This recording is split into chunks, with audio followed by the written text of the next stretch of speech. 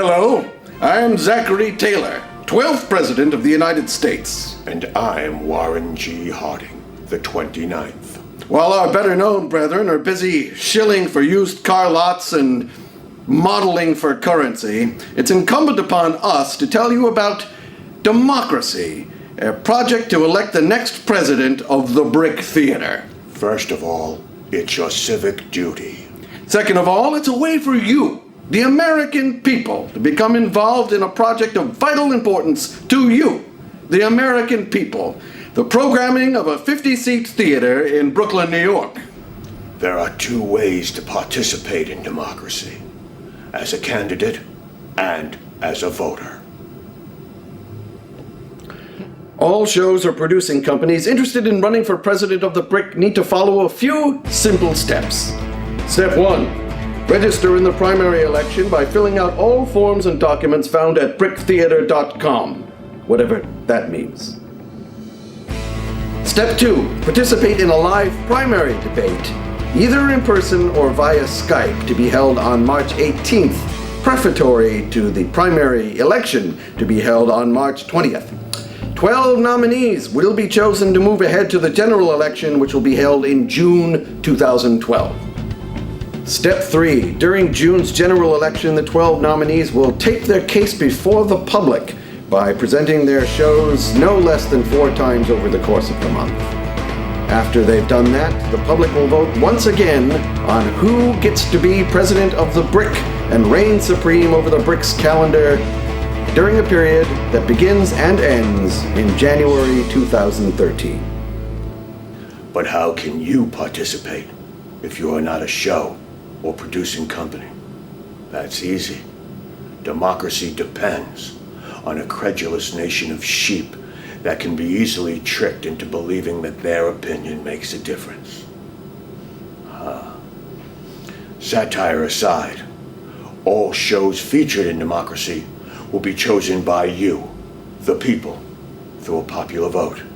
That theater of the people, by the people, and for the people will not vanish from the face of the earth. Step 1. Based upon the campaign presentations of all the candidates throughout the primary seasons in February and March, the voting will be open to the entire populace, thanks to this internet thing everyone thinks is such a big fat deal. You vote on what shows you would like to see on the Brick stage. Step 2. The winners of the primary will move on to the general election in June, where you will be invited to vote once again, this time by visiting the Brick in person on July 1st, 2012. Of course, you'll want to see as many shows as possible in the interim to be an informed citizen.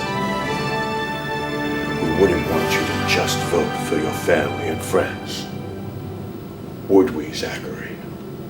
Well, since only property-owning white males are eligible to vote, I think we're pretty much in the clear as far as... Actually, all U.S. citizens can vote now. What? You mean even non-property-owning white men can vote? And women. White women can vote? All kinds of women and men. Do you mean... But only 3/5 of the vote, right? No, the whole Megillah. For the love of God! What are you going to do? God damn you all to hell! My fellow Americans, please take the time to participate in the Brick's important democratic experiment. We're looking for a few good shows. Like politicians, they don't have to be good, they just have to be popular. Touché.